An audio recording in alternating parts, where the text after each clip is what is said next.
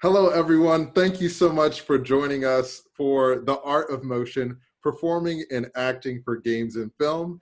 We're so happy that you could join us, and we hope that this panel is beneficial to you because we are all happy to have you here. So before we get started, let's meet our awesome panelists. So I'm going to be the moderator for your panel. My name is Carmen Aspernes. I'm a game writer, and I'm going to toss it to Marta. Oh, hi. First one up. Hi, everyone. I'm Marta Svetek. I'm an actress. I also work in visual effects when I'm not acting. So I kind of live both behind the computer and kind of in front of the camera. So it's always a fun time. That's me. Who's next? Tom? Hi, I'm Tom Keegan. I am a performance director. I've been working in the field since 1998 in games specifically. I've done many narrative games. I do the Wolfenstein games. I've done several Star Wars games, Resident Evil 2 and others, and love working with performers. Awesome. Bobby? Hey, I'm Bobby, animation director and animation and cinematic director at Insomniac Games. We did Spider-Man for PS4, and it was pretty fun, and people like it. So, I don't know. Awesome. Zushi?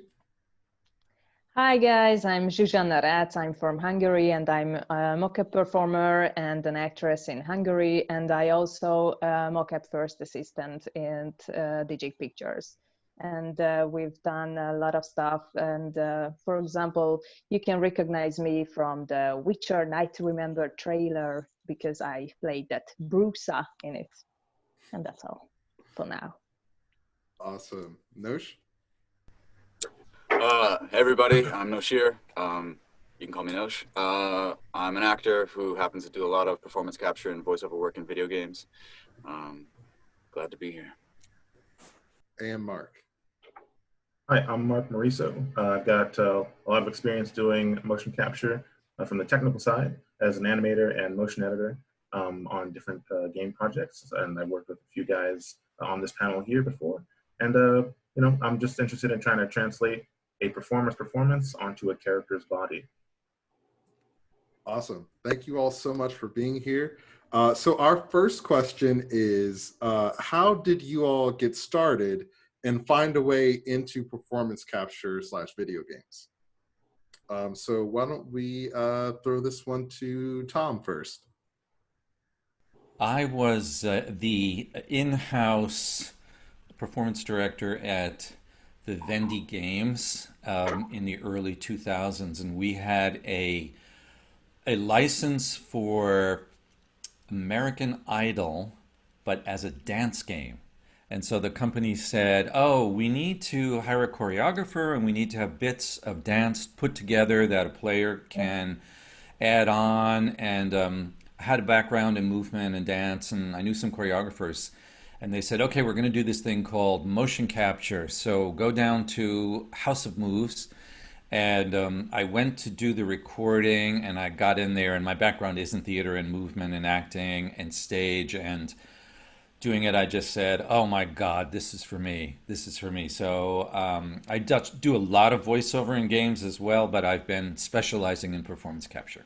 Awesome. What about you, Marc? How did you get started? I went to school for 3D animation. I thought I wanted to be like a 3D animator for video games. And I got a project where I had to do a lot of animation, and then someone just kind of threw out the word motion capture, and I said, what's that? And I ended up just kind of figuring out motion capture technology because there was a stage nearby that allowed me to come and just train on there, and actually had to teach myself a lot of things because there weren't any classes or anything for that at the time. And at one point I just said, you know what, I want to do this for a living. And so I actually reached out to a company that did like previs and motion capture as a service out here in Los Angeles. And I just said, I kind of just said, I want to work there, and you're going to let me work there. And they said, okay. And so I flew out and started working on my first project, which was Resident Evil 6, right on set, on stage. And it was fantastic. So my story is a little weird and lucky. It's not the same route that a lot of people end up taking. That's awesome. What about you, Zsuzsanna? Yeah, so the first job, it was the crew, and they called me for a casting, but I didn't know what was the job exactly, because that time I didn't know what motion capture was it.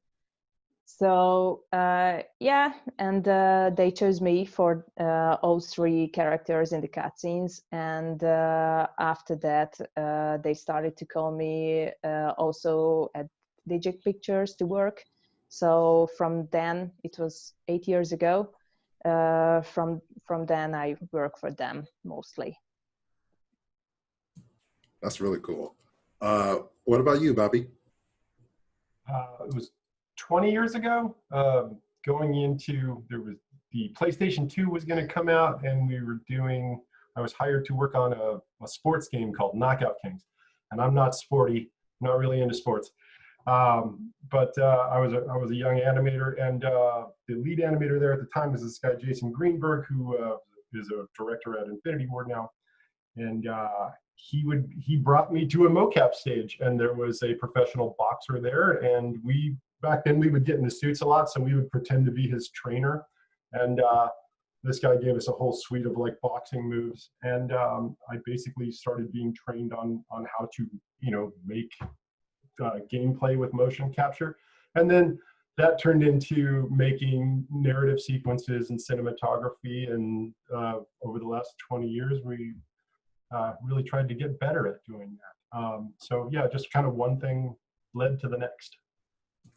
That's incredible. Noosh, how about you?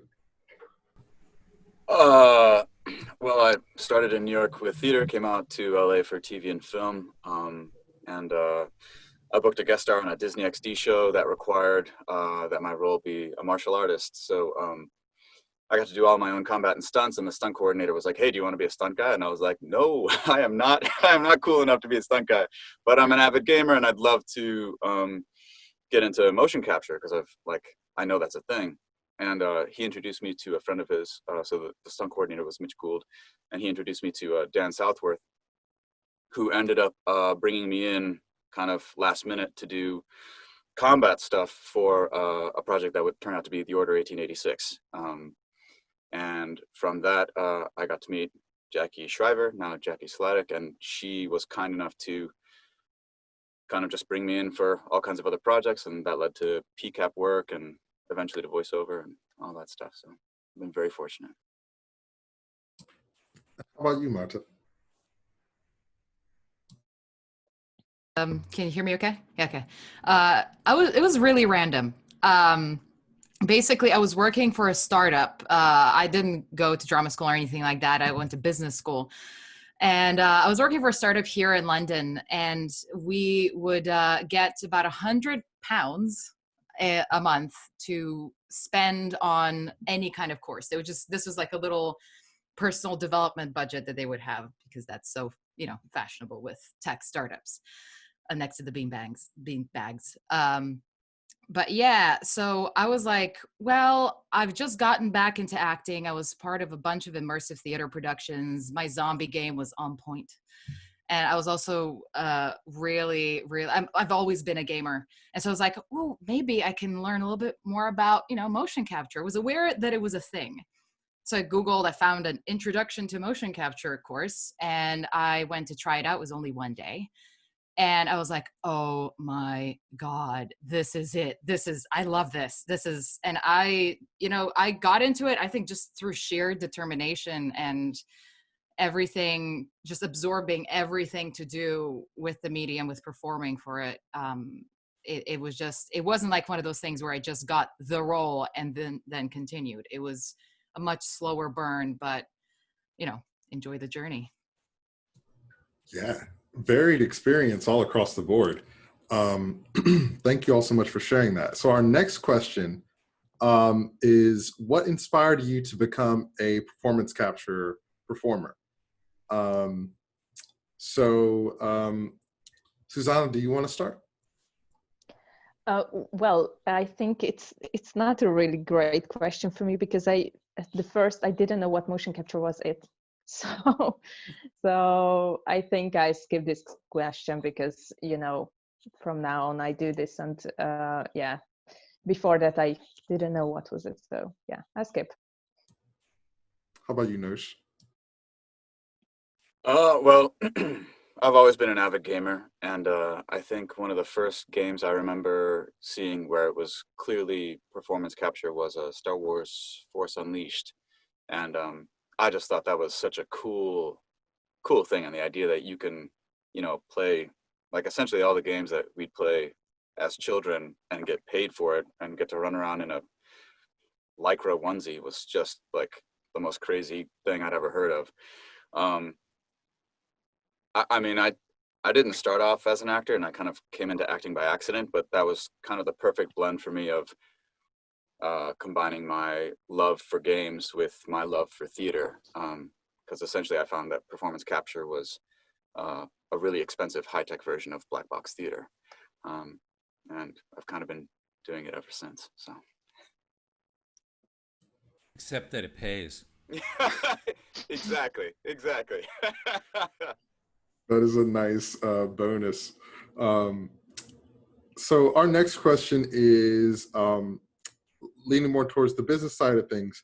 Do you need to live in a specific city or specific cities to do performance capture? Mark, do you want to start? So it's very obvious that there are hubs in which this kind of work takes place, and specifically pre-COVID time period. So you got California, Vancouver. There are some budding areas up north in the Washington area, Chicago, New York, and some in Florida with some of the bigger game studios with for like professional sports and stuff like that. But now, post-COVID, now people are looking at solutions and doing this anywhere. So now you have a lot more mocap and performance capture setups that are smaller, more mobile, and that's becoming more of a priority just to different developers and different individual groups. So now it's not, and of course there's London and Centroid and all these other places. Montreal. Montreal. I've never been to Montreal. So yeah, there's mocap performance captures happening a lot more places now than there ever had been prior to COVID. COVID's really forced people to just say, you know what, maybe we can't go to LA or we can't go to Vancouver, Montreal, wherever else. So I'm seeing a lot more versatility and location now than ever before. I would like to add add to that answer, which is even pre-COVID, the cities where they do motion capture don't necessarily purely correspond to cities that are big film and TV hubs. There are actually motion capture studios in various places that don't necessarily have a big film industry. So it's worth doing your research for where the studios actually are. Post-COVID, I happen through work to also have one of the inertial suits, and it's so varied now that I've actually done some work in this room. In one of those, an inertial suit basically has sensors in it. It's powered, doesn't need the cameras around it. But it's literally anywhere it'll work these days to keep the projects moving. Awesome, thank you. Our next question is, how do you get a performance capture audition? How about Tom, would you like to start? Yeah, I work with casting directors normally who set most of it up for me, although I sometimes add people in that I know, voice over agents also, but generally I work with a casting director named Emily Schweber and another Lisa Zambetti, and they'll put it out on something called Breakdown, which is the normal kind of casting route here in Los Angeles. And, the main ones, Los Angeles, New York. In London, I've done a lot of auditions in London. It's through agents also, Spotlight. I worked with Dan Hubbard over there and Amy Hubbard. Generally, the more high-profile projects want really better actors. So You know, people always ask me what is the main thing I should study for, and I'm sure we can get into this more, but it really depends on what kind of performance capture actor you are. For what I do mostly, number one is your acting. So I always encourage people, you know, really work on your acting. Number two is usually the voice, then motion along with that, of course, your physicality. But there are other, you know, kinds of motion capture jobs as well: creatures, stunts, pure movement, walk cycles, things like that. So, you know, it really depends on what your specialty is, what kind of roles you're going for, where you get auditions. If there's a motion capture studio, like Marta said, in small cities outside of major hubs where there are game studios, a lot of times that game company may hire local actors, local movement people, local stunt people for motion capture work. So it's really making an alliance, getting a contact with whoever at that studio is responsible for bringing in talent and booking talent.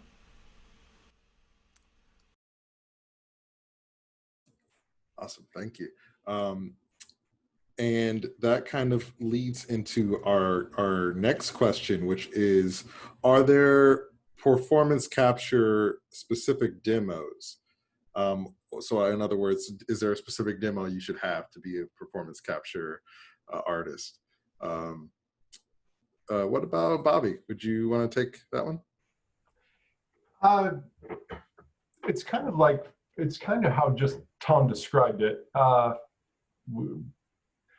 For more stunt related stuff, you kind of got to look at what kind of game you're making, and what you're going to hope for is to see a stunt person and actor, because they kind of have to do both things on a day, that has that skill set or can fake it well on the spot. I mean, we've been doing it for a long time, so we have a list of wonderful people like Noshir that you can count on to solve these problems with you in a day. And yeah, sometimes we end up, you know, looking at reels. Sometimes we go through YouTube. Honestly, if there's some really specific thing, we've found someone who's doing it in their backyard for some reason. I mean, we're interested. Like parkour, that's a good one. You know, but usually it's a stable of people that are working in this industry. I mean, at this point, you know, they've been on a lot of games. They have a lot of experience. They have a reputation. We do have casting directors, and we'll take a long shot on someone making phone vids of themselves doing something rad, like if we happen to see them and it works out. So it's really kind of it can go either way, but it usually goes with, I'm gonna hire Noshir, you know. Noshir, do you want to speak a bit about what you put in a performance capture demo?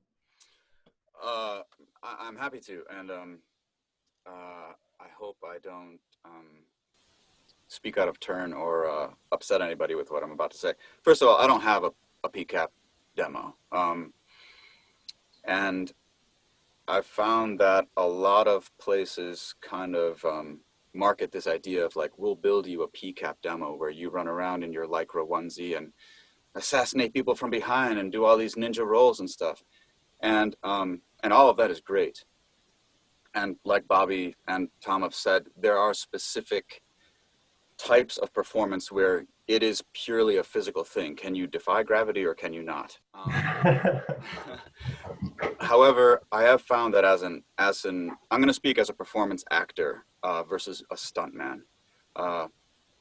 I'm glad that I'm an actor who can move, but I think, without like stroking my ego too much, I think one of the reasons that I've managed to work as much as I have is because even if I am doing combat or movement-based stuff, I'm bringing character and emotion to what I'm doing. I'm not just running around trying to show my physical badassery. So to that end, what I've found in speaking to a lot of video game casting directors is it's not so important that there be a reel of you running around in a mocap suit. What is important is, do you have a reel showing that you can act? Like, can you can you connect with the viewer and make them feel something? Can you feel something and in your performance, bring that across the screen to me? Because if you can't do that, it really doesn't matter. There are a ton of incredibly talented stunt actors out there who would love to get into motion capture. But I think the reason that there are people like South Austin and these other performers who can do all of it is because they're not only incredible movers, they are very gifted actors.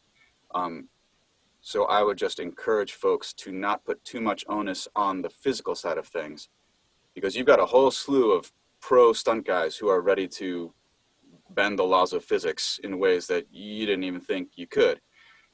But no one can be you. And so learning to bring your truest self to your performance and putting that in a demo is going to be, in my estimation, what gets you hired. I just want to slightly throw a spanner in the works there from a European perspective, simply because I 100% agree with what Nosh just said. That said, in Europe, it's an odd thing because we don't have such a strict delineation between actor and stuntman.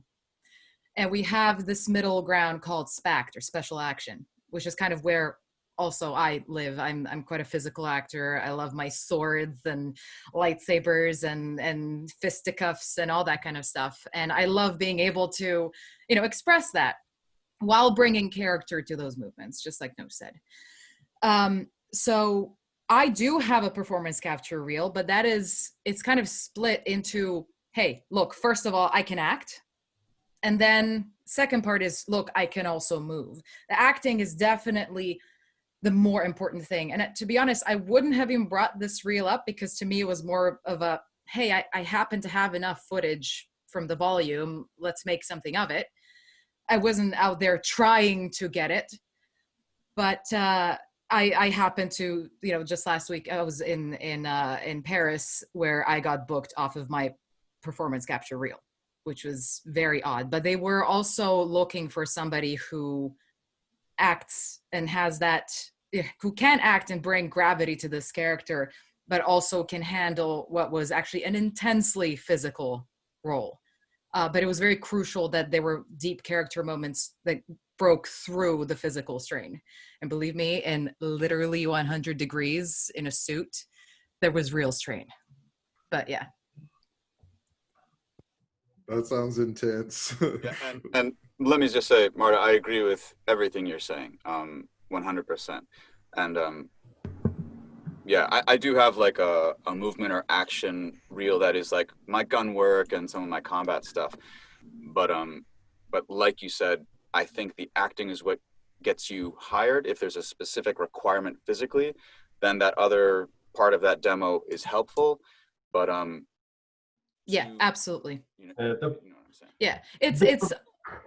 I was just gonna say, in Europe, it kind of just they're still looking for people who can do both. Essentially, it's also because that's everything. I mean, you need to know a stable of problem solvers, like all people who can do all different kinds of things, and that's one of the things that's wonderful about someone like Noshir is he can. We've had him play children. We've had him play old people. He has been boss fights. He has danced like a drunken college student, and he can give that to you. And I tell our production manager Carla, if we're gonna have a big day and I need a lot of people, I mean that's like, so we need to pack the right Swiss Army knife for the day, So I'll tell her like I need all the crayons. I'm gonna need all the colors, and so that means I might need some people who are just very physical. Some people who, if they run and flip in the air, they fly. They defy gravity. Like Siri Booker is a great example. Like the kid can fly. And then there might be other things where I need someone to be funny, or I need someone to ad lib like maybe 3-4 hours of civilian stuff. And like to me, like I think of Kevin Dorman, like right off the bat. Like man, can that guy just ad lib fun stuff all day long for you, and like that just makes your job easy when you're like action, awesome, cut. So that's kind of how you want your day to go. You want it to be as fun as possible, and you solve the problems together. and communicate. It should be a good time, in my opinion, if you're working with the right people and you can afford to have enough of them there to solve all your problems that day. But yes and yes. And so, yeah, sometimes we look at reels. Sometimes you don't need one anymore because you're awesome. It's all good. There's no wrong answers in life. Like, well, there I think, like what Marta said, is an important note. You rarely get booked right off the reel because there's too much writing on it. You bring in a performer, you want to know how are they to work with? Are they reliable? And like Bobby said, we pull people that are reliable. We know they're pleasant to work with. They show up on time. You know, it's amazing how that basic stuff really counts. But I think that the reel is a great backup. It shows more of what you can do as a performer. At the end of the day, for a lot of what I do, it's the audition. It comes down, you still have to come in and audition, unless I really know you well, but mostly it's not just one person that gets to decide. Since games is such a team thing, a lot of times you see somebody you like, you want to bring them in, but you have somebody who doesn't know them, and you have to go, hey, look at their reel. I've worked with this woman, I've worked with this guy, you know, and they're an animation director, or they're somebody, or they're facial, and they say, oh, do you have anything with their face on it? Sure, right here. Here's their reel. It's easy to find. It's easy to find them. The actor needs a location. Do they have a website? Are they, you know, is there like an airport where I can find them when I need them and I need to land and I need to have their materials at hand? I think it's very important, and also to the specificity of what you do. What do you mainly want to do? On a lot of really big games, we do not allow principal performers to do any stunts, because if they get hurt, if they twist their ankle, if their calves are sore, and the next day they have to do 7 dramatic scenes, we're screwed, right? And so you are strictly, we oftentimes will have a stunt double doing the scene literally right next to them or behind them in the exact same timing. They're doing the face, the voice, they're even doing the body, and the stunt double, like in Jedi Fallen Order, we had Misty Lee doing the Ninth Sister, and we had TJ Storm standing right behind her. They were like a team of doing things exactly in sync. And TJ is huge and carries himself in a massive way, and Misty's an incredible performer. So it was the mix of those two things happening in real time that was like two performers, two very different skills. Just a quick note for Nosh. At our company, they mostly work with stunt guys who are wonderful performers also. So, and they are on the top. So we've never found anybody else from any theater or anybody from the film industry, simple actors who were just good at as the stunt guys. So we prefer them. Yeah, so it's a good note. Awesome. Thank you all so much. That's the good segue into our next question, which is, what is a performance capture audition like? So could you all speak a bit about what actually happens during an audition? Mark, I see you getting excited over there. Could you share a little bit about your insight? Sure. And so I come from a space, I was working with Jason Greenberg on like the Call of Duty franchises and stuff like that. So our audition process was probably different from, you know, maybe the type of audition process that maybe some other like directors or actors are probably used to. So because Call of Duty is a very established franchise, a very established look, feel, sound, everything, really when we pull people in for auditions for both Infinite Warfare and Modern Warfare, a lot of this audition was like, okay, how do you carry yourself? Like, because we know all of our characters are going to be just outfitted head to toe with gear and weapons. They're going to be carrying about 40 pounds worth of weapons on them. So in audition, sometimes we stack gear on the performer and then give them replica weapons that would work like the real weapons. And we say, you know, like, hey, just be you. Show us you with all of that gear on, and just look. Give us a presence, you know, like what you think this character is. And it's like, and that was like the first test was hand them a gun and see how they stand. And if that was pretty much, if you can get through that door, then we'll look at the rest of the audition, which involved line work, dialogue, some physicality depending on the character and depending on the game. But we actually had a lot of people doing physical stuff during the auditions, but mostly it had aspects that were very classic. I'll call them classical, like, you know, doing dialogue at a table and things like that. But because we know the brand so well, we had very specific tasks that we wanted to see the actors do. And we wanted to see how they presented themselves as that character when we tasked them with doing that, because they're going to be doing it for 12 hours a day for 2 years straight. And we need to make sure, you know, that they're up for the task and they're the right one for the task. So our casting audition process was similar to that, as opposed to like a table read type of feel thing to it. Awesome. We're doing, right now, we're doing all of our auditions online on Zoom, which is an interesting challenge. Normally my auditions, we do what's called a slate, where we'll have the performer say their name, and then we'll see them stand in profile, full body shot. Because a lot of times we're looking for very different kinds of body. We might be looking for a very large person, a very tall person, a small person, super fit, you know, it just really depends. And then I'll ask them to do a character walk because number one, the animators want to see, can they actually walk? What is the rig going to look like when put on this frame? And then also I want to see them walk in character. I want to see how they're going to physicalize. I can't tell you how many people blow it right there because they don't take it seriously. They just schlump around. Think about, that's why I say in character, like think about this character. If they're, like Mark said, the military character with a lot of stuff around, they're not going to just kind of like, you know, schlump around back and forth, like, oh, just show my body. No. Then usually I'll do 2 scenes with an adjustment, and then a lot of times I will end with an audio test, which is a couple of battle cries, battle shouts, because in performance capture you have all these different departments for a lot of times that you have to satisfy and that are going to look and that are going to weigh in. You have animation, you have narrative, and you have audio, and they have to be satisfied that the performer can handle all of those, particularly if you have a good narrative actor, and they might be even physical, but they're going to have to do a lot of battle shouts in the booth, and they can't do it. They can lose, you know, not get the job for that very reason. I just wanted to add that during my first audition, I had never been so extremely aware of what my arms are or are not doing. I've never felt so aware. It was really awkward.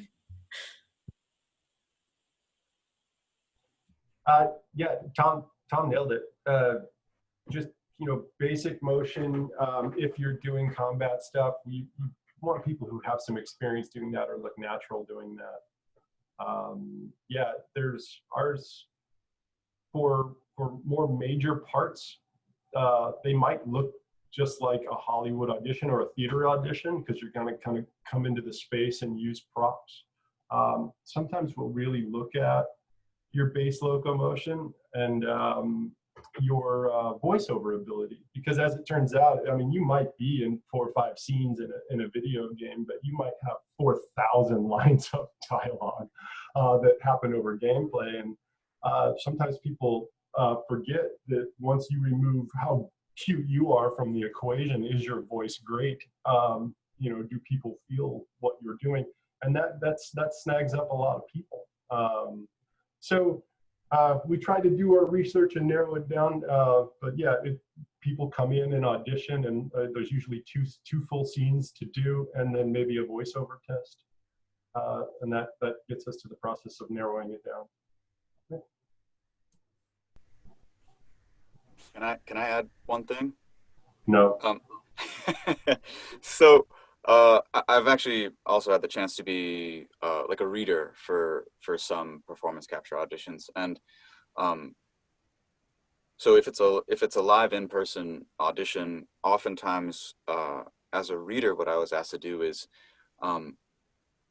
because a lot of these folks are coming from on camera, right? And in on camera, the focal point is set. But in performance capture, that camera can be anywhere. And often that camera is the player, which means that the camera is literally wherever the player deigns to go. So I would do things like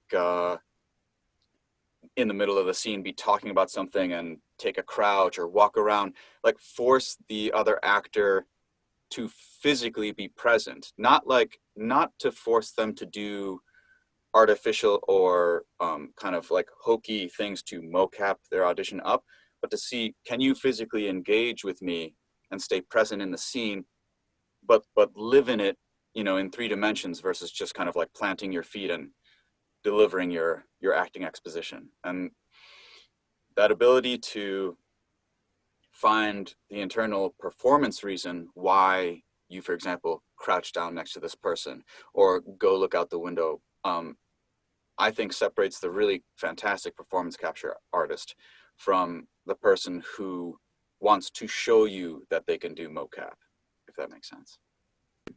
I agree. Yes. But I wanted to highlight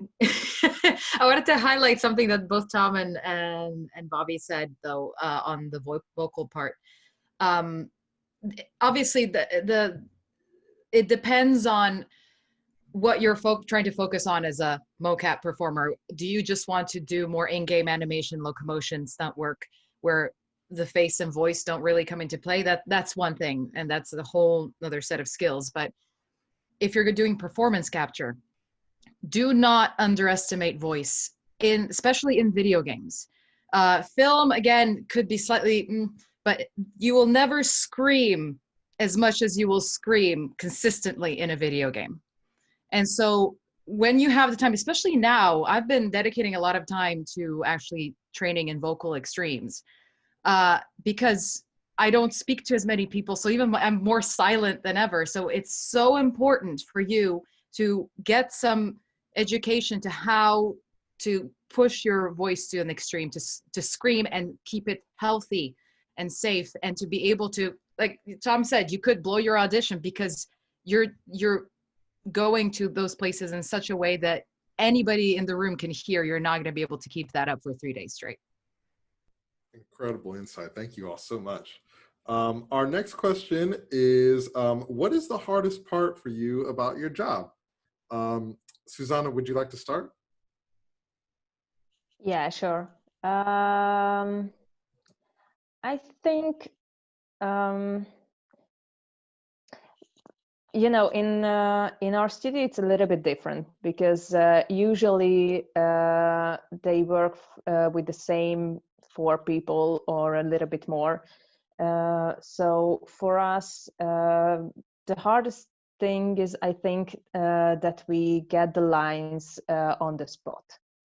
So usually, if it's a longer scene, I mean, with a lot of lines or something, they can send it over to us before the shoot. But if it's just a few sentences and for example 10 sentences, we have to learn it on the spot while they are calibrating us and putting on the markers and stuff like that. So I think, and we also get any info of the character on the spot. So I think for us this is the hardest part to.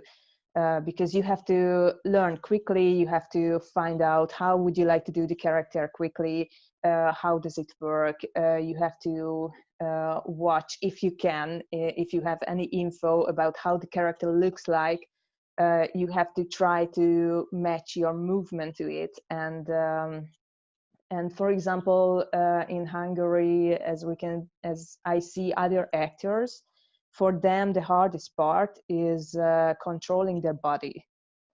Yeah, because in Hungary, the educational system is not using on stage and on anywhere how to use your body. So you have to really learn to control your hand, as Marta said, and not to do anything thing like rolling from your one leg to another, and yeah, and be consistent with it. So yeah, I think this is the hardest part.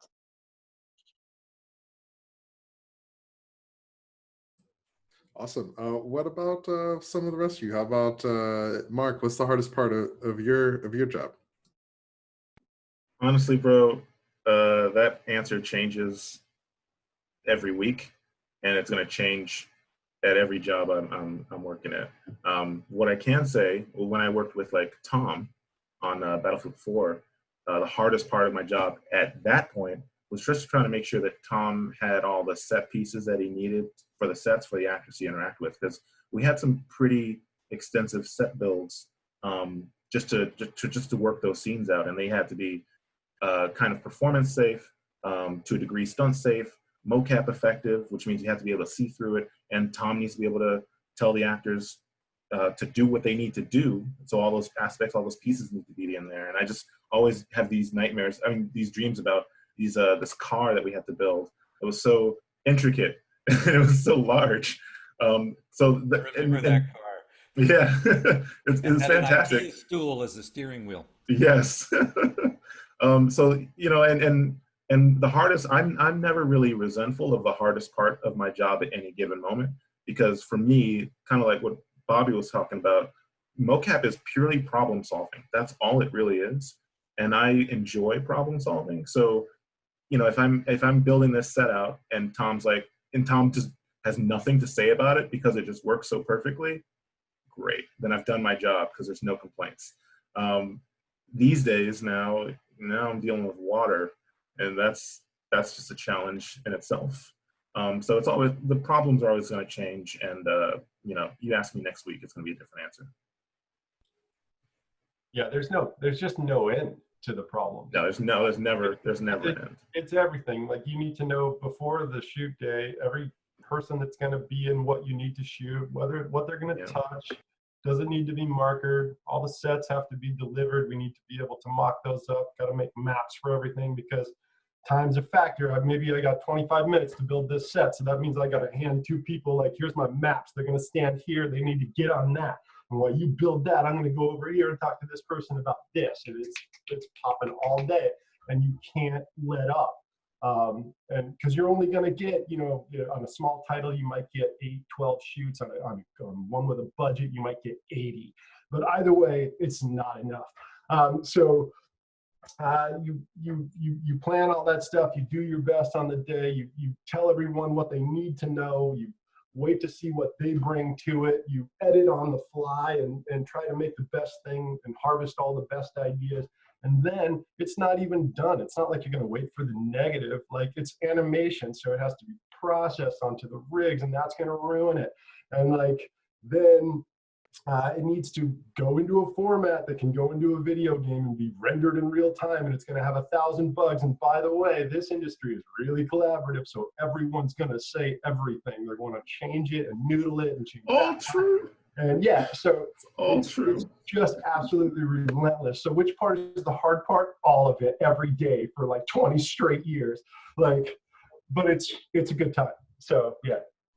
I think, for me, the hardest, it's challenging, but it's a great challenge. And one of the reasons I love working in games is finding out what the team wants and translating that to the actors.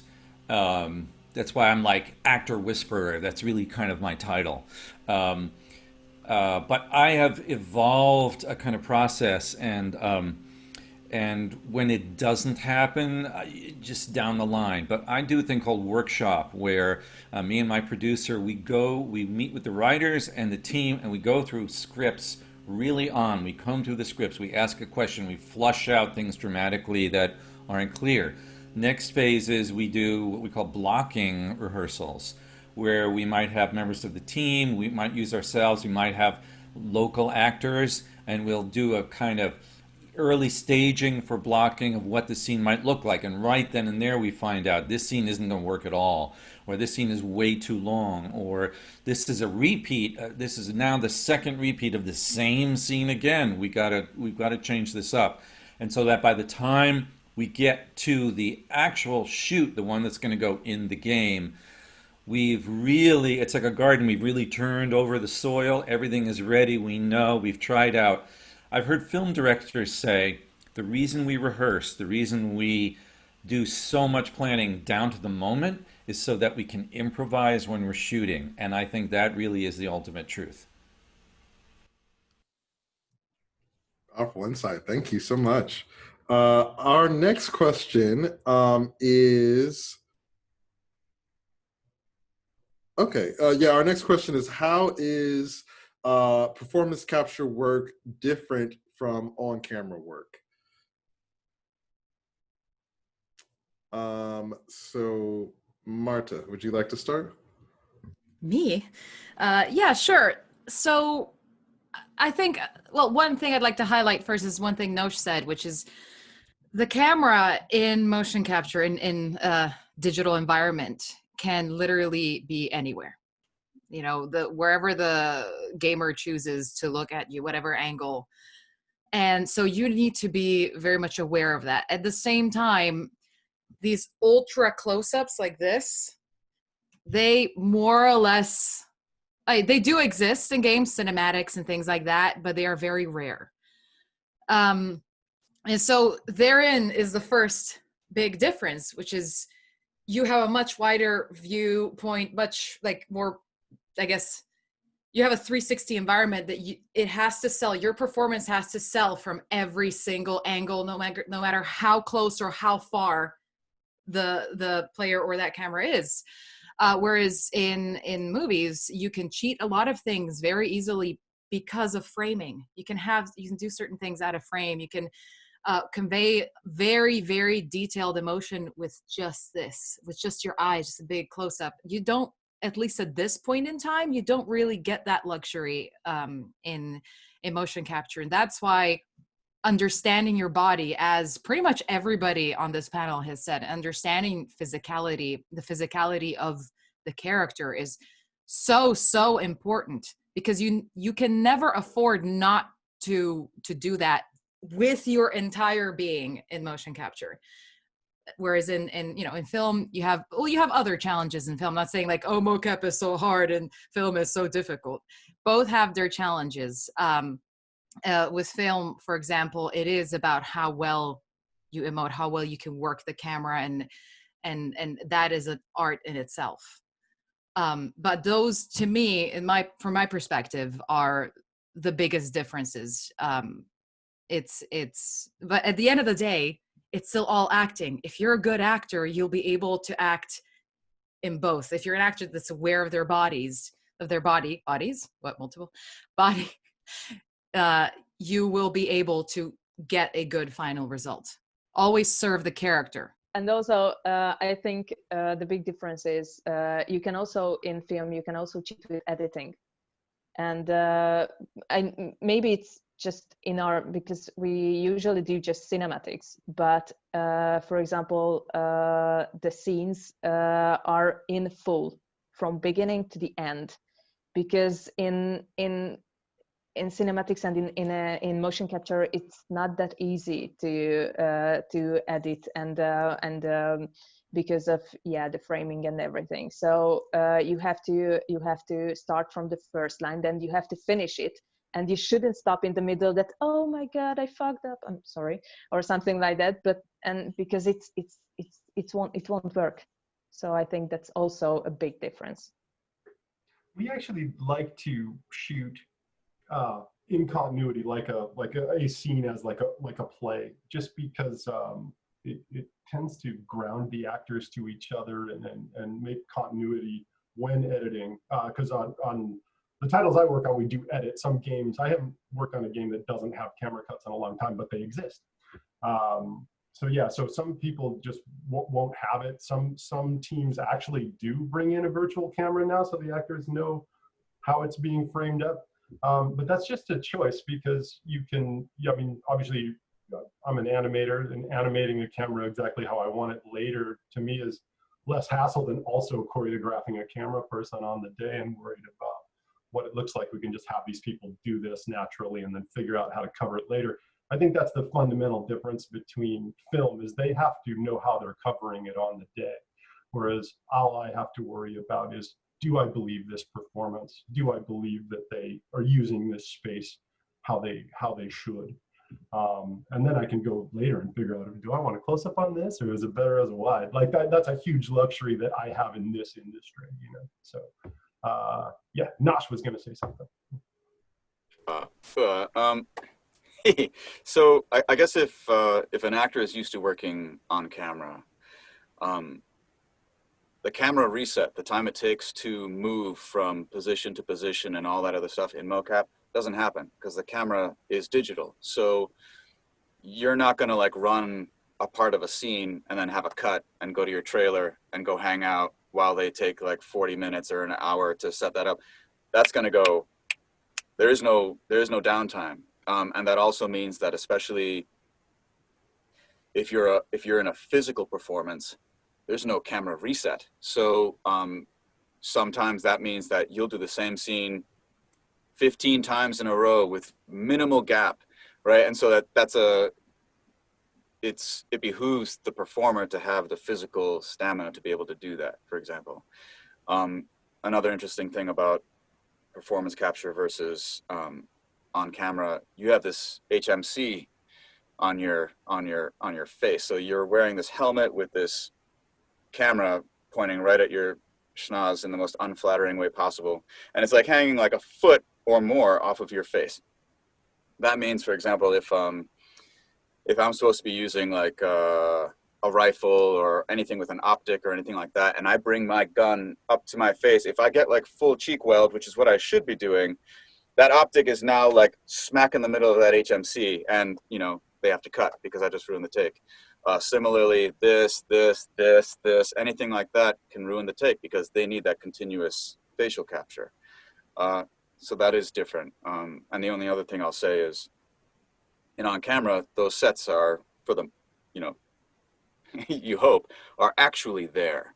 So if Marta bangs into a room and she's doing like dynamic entry and hunting for me somewhere in the house, and I'm actually hiding in the house, the wall isn't there. We'll get maybe like 2 posts, right? And possibly a piece of tape or a ribbon or something to demarcate where that is, but there's no actual wall there. And a lot of on-camera folks, they'll literally, like, I can't tell you how many times we've had a cut because a rather inexperienced performance capture artist will look through the wall at what's happening on the other side because they haven't kind of solidified it in their imagination that this wall is solid and completely, you know, this wall is there. You can't see Marta on the other side of that. In cases like that, you have to learn to use, so if I can't see her, I can hear her. And how does that change my performance? Because I'm not tracking with her eyes anymore. I'm now going to change my position and the way I hold my posture because now I'm listening for where she is, even though she's right there, you know?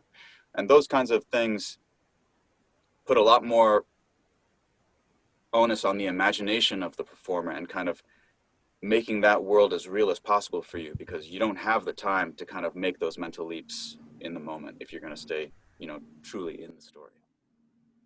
Developing a really strong mind's eye is very, very useful. But I do want to make a note of film productions as well, that and virtual production. It is something that's not just useful for the mocap volume. It's very useful on a green screen set, having those same skills, green or blue screen, whatever, pick your color.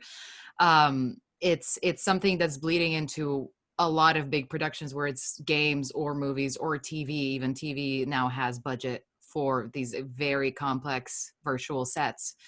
And even though you see those, you know, like what they did with The Mandalorian, where you have the real time, it's so good. I know, it's so good. And that is such a big resource. Again, bringing it back into, oh, here's something, a visual reference everybody can have.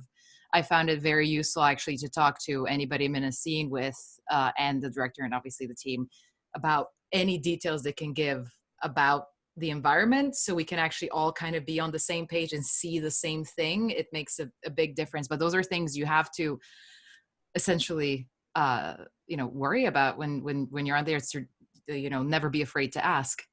Yeah, we even do on much like coming up like Mandalorian virtual productions where people can actually see the digital environment. God, I hope we can do mocap that way, or not need mocap because of it. That will just be incredible. But going back to the lowest of low tech, even capturing someone running forward or punching, just having someone stand in front of them so they can make eye contact will give you a better performance. There's like a first baby tip in getting attentive locomotion or attentive like aggro behaviors. Like someone angry is one thing, but someone angry at you is different, you know? Yeah, just little things like that, whether it's the environment or who they're supposed to be looking at, it's important to sort of communicate those ideas or make them as real as possible under the circumstances. There definitely is a completely different process for the actor. I get in the suit usually every production, and, you know, for one more, I do my Alfred Hitchcock. I'm always struck by how you come in and you strip away. You put on this cat suit, you take off your clothes. Your costume is this neutral suit. You're wearing shoes, you know, bowling shoes. Your face is turned into a dot matrix. Your hair is put into a cap, and you cannot hide. You cannot hide behind a gesture, moving your hair, or the costume. I do a complete sound, breath, and movement warm-up at the beginning of every rehearsal and every performance capture day, because an actor, a performer, really needs to be anchored and focused inside and bring it out. You know, there are various levels of subtlety depending on the game, depending on the face, how well defined the face technology is going to be for this particular game. So you have to be able to scale the performance a lot. It may vary from game to game, but it has to come from inside, and then it has to be expressed physically and vocally. As opposed to on camera, where you spend a lot of time in makeup and hair, look beautiful, you're in a stunning set, you have an amazing costume on, and then you're just told, go, say the lines. Incredible. Thank you all so much. We're just about out of time. Thank you for submitting all your questions. We couldn't get to them all, but you know, if you have other questions, then feel free to you know, post us in the chat. If we're available, we might be in the chat. You can always you know, reach out to people on socials.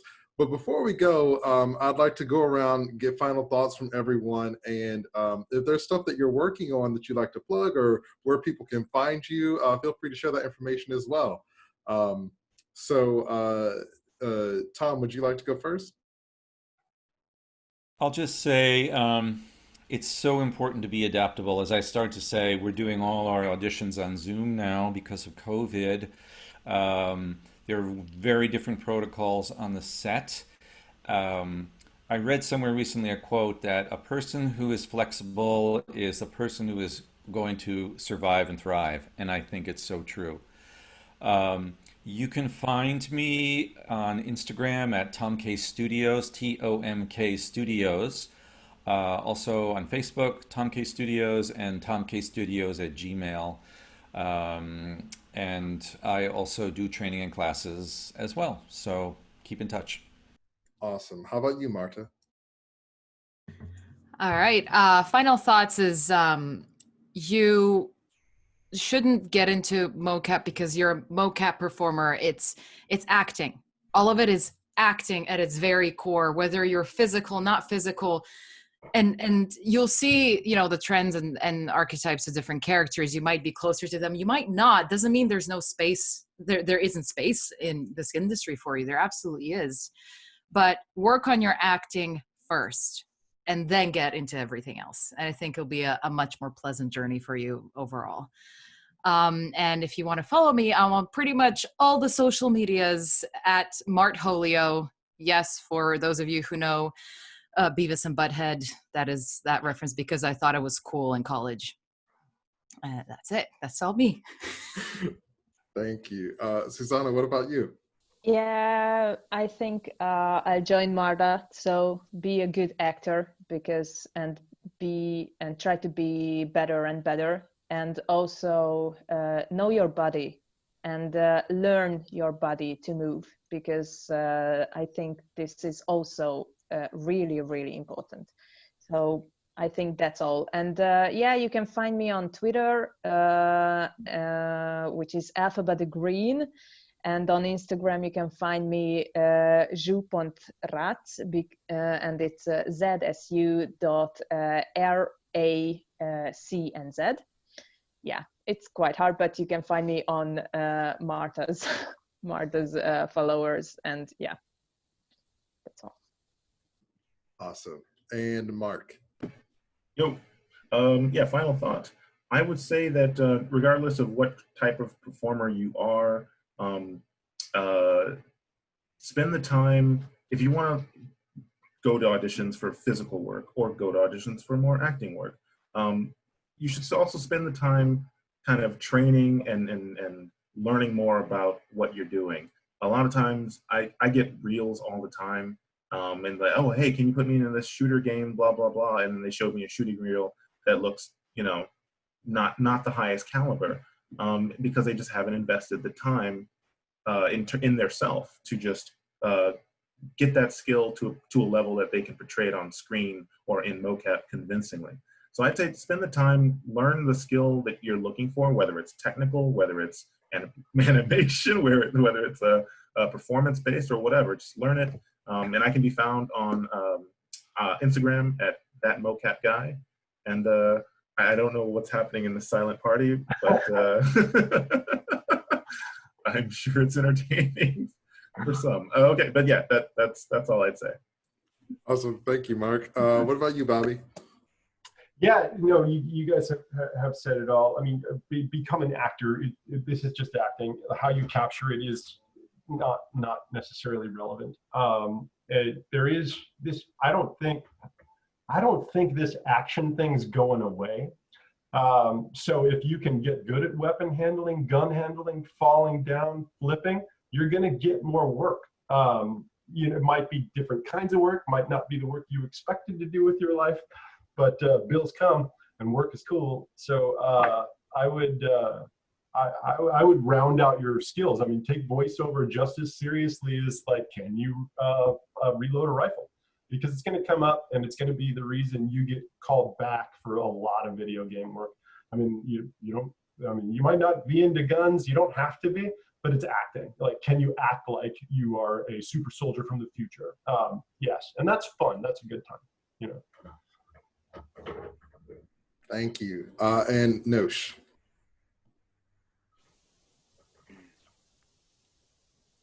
Motion capture and the technology in motion capture has a way of allowing a level of scrutiny that I think, as others have said here, you can hide from in other mediums. And I think the really interesting thing is that motion capture allows you to play almost any role.